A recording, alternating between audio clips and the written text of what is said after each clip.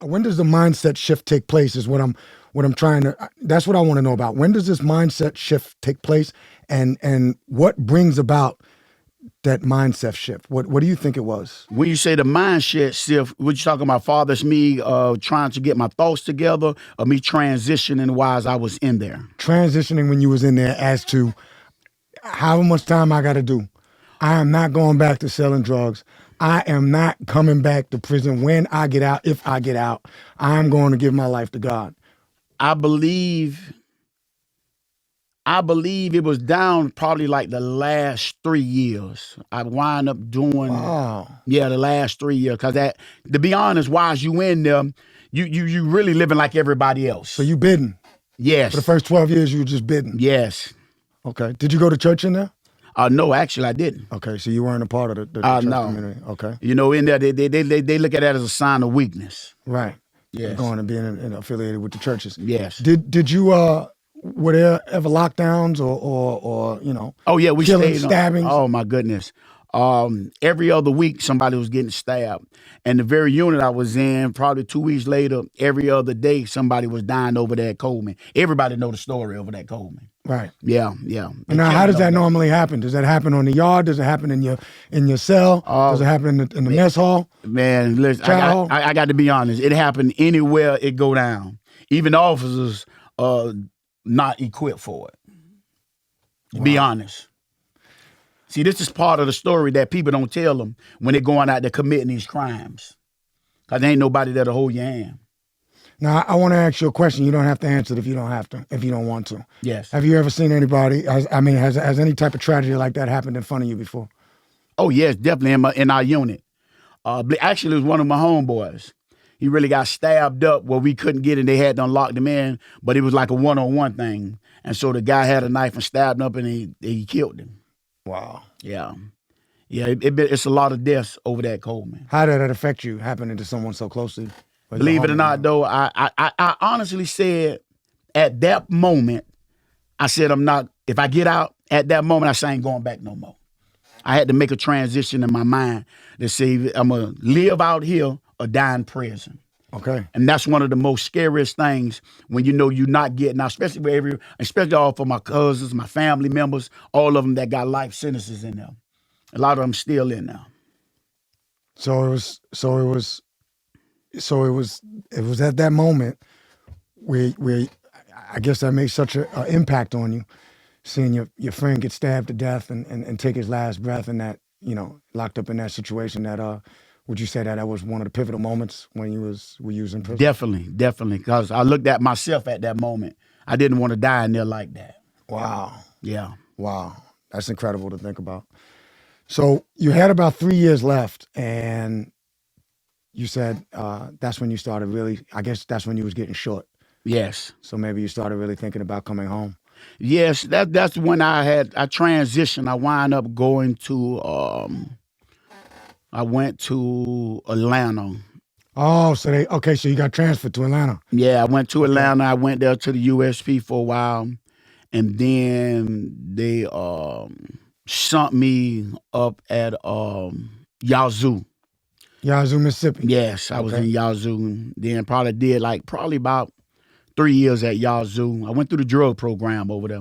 And I believe that's when things started clicking to me, when I started trying to transition my thought process. Wow.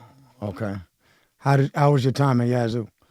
It wasn't bad at Yazoo. That's where I started really educating myself. Educating yourself how? In theology? Or believe it or not, though, no. I went through the program, to be honest, RDAP. Oh, residential drug treatment program. Yes, okay. Yes. A lot of people talk about RDAP and say that it was actually a really good program. How did you feel about it?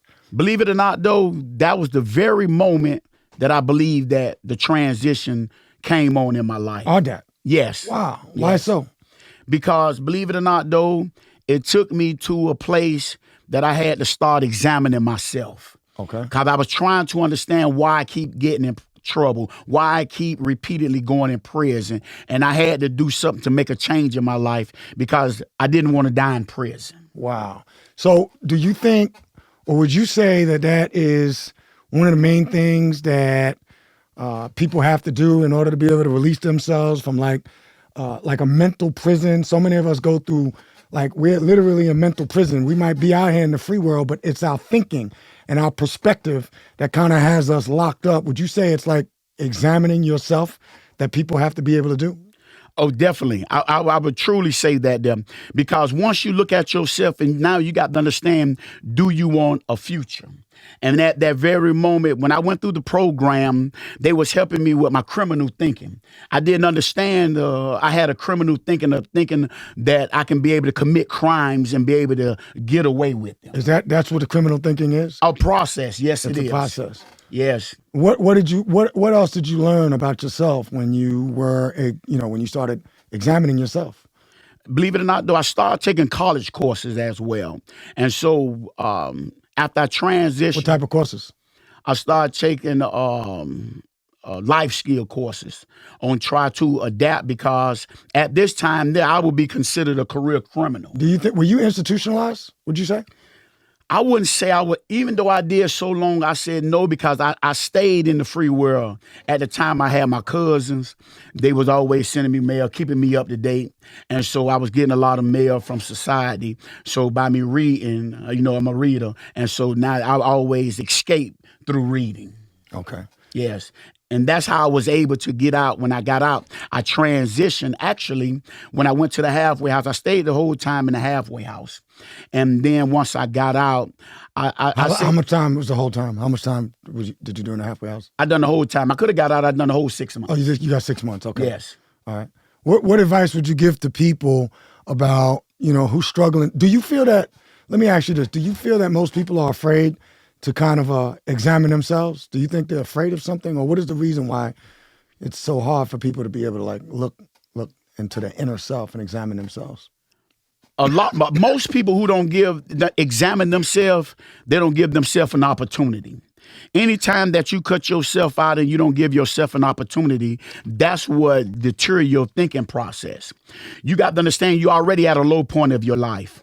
Once you realize that you at the lowest that you can go, and going to prison is one of the lowest things, because now you got to understand your rights being taken away. Now you're not being educated like society wants us to be. And so that's why I transitioned now, and that's why I took the opportunity to examine myself. And so this time, once I examine myself, I allowed myself, once I did the 6 months, and then I examined myself, then that's the first time I went to college, when I got out. Wow. Yes. Where'd you go to college?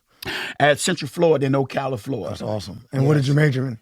At that moment in time, I was taking up psychology, but I wind up getting a degree in auto body collision. Okay. And that was almost like a 2-year course. Wow. Yes. Do you think that some of the things that you learned in prison or in RDAP, once you started examining yourself and being introspective, are those some of those skills can be applied, would you say, to like any situation, or to someone else who hasn't necessarily been through a physical prison but have been in a mental prison in their mind?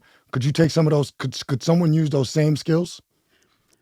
If they give themselves an opportunity, I really would say that, because by we being intelligent beings, we got to understand that if we would have took the perspective of getting higher education or higher learning, that would stop the criminal behavior. Because anytime that you go in and out of prison, believe it or not, it's a criminal behavior. It's a criminal behavior. Yes, it is. Wow. So okay, and I hear you keep bringing up this word opportunity. So I guess people are not giving themselves the proper opportunity just simply because they're not examining them true selves. Believe it or not, though, I would say in this hour that we're living in, we are living in the critical hour right now. The critical hour. Yes. The reason why I said that is critical, because a lot of people don't really want to educate themselves. Everybody want to take the easy road out. The only reason why I can say that, because I've done over 25 years in prison of my life, in which if I would have changed some things, that would be one of the changes that I would have made, because I feel like I cut myself short. But in my latter years, that by me receiving an education, now it helped me to expand my horizon on how I think, how I treat people, and how I look at society. Yeah, that's impressive. Yes. So when you say critical hour, like if someone is in critical condition, I mean, it's almost like they had a reflection point, like they could go one way or another. Yes. So, like, what do you think, when you say we're in a, define we, number one, like who you talking about, black people? You talking about all people? You talking about the world, United States? No, I can't. It's good that you asked that question. It can't be the world. It's basically for the ones that's repeated with criminal behavior. Okay. Yes, the criminal behavior is one of the most critical things that I believe that our society, and the criminal behavior is that when a person think that they can commit crimes and get away with it. Now that they have so many programs where you got so many snitches and so many people that's working with the law that lessen criminal chances. And so now my word of advice to anyone is to be able to get an education. I figure like education is the focal point right now. And a lot of people that I would say that really need it, to be honest, are the African Americans, because if you look at the percentage rate, that you have more African American men in prison compared to any other rate in America. No doubt. What do you think it is that causes this criminal thinking, though, this criminal mindset, and particularly in people, men, boys, and even females that look like us, that's our skin complexion. What do you think is the cause of that? The root cause of that. The reason why I will say that now, I think the lack of is an education. Because yes, it took me 25 years to go inside of some of the worst prisons, to go inside and live like an animal, to go inside to be able to be hurt. And when I mean hurt, I'm talking about be away from my family, right, be away from my kids, be away from society. I don't think prison is made for human beings. Right. That's my perspective on it. But I was subjected to it because as a child growing up in the streets of Miami, you got to understand that's all we know. Right. And so when you never give yourself an opportunity to get educated. And so this why once I got out that I gave myself an opportunity. What I mean, I gave myself an opportunity. I got out the Federal Halfway House. I got a job actually at Checkers. Okay. And believe it or not, this was actually one of the first jobs I ever had in my whole life. Wow. And I worked my way up to be one of the assistant general managers. Okay. Wow. And at the same time of me working, I had wound up going back to college. Okay. And once I went back to college and I earned my AA, and I see how things were productive, I wound up getting married. And so now I began to try to live the life how society had designed it from the beginning. And when people don't give themselves an opportunity, that they can't never reach their goal, because if you in and out of prison, you in and out of jails, that's not something guaranteed. Right. Because somewhere, a lot of my family members, a lot of my friends, they dead because they was in the struggle.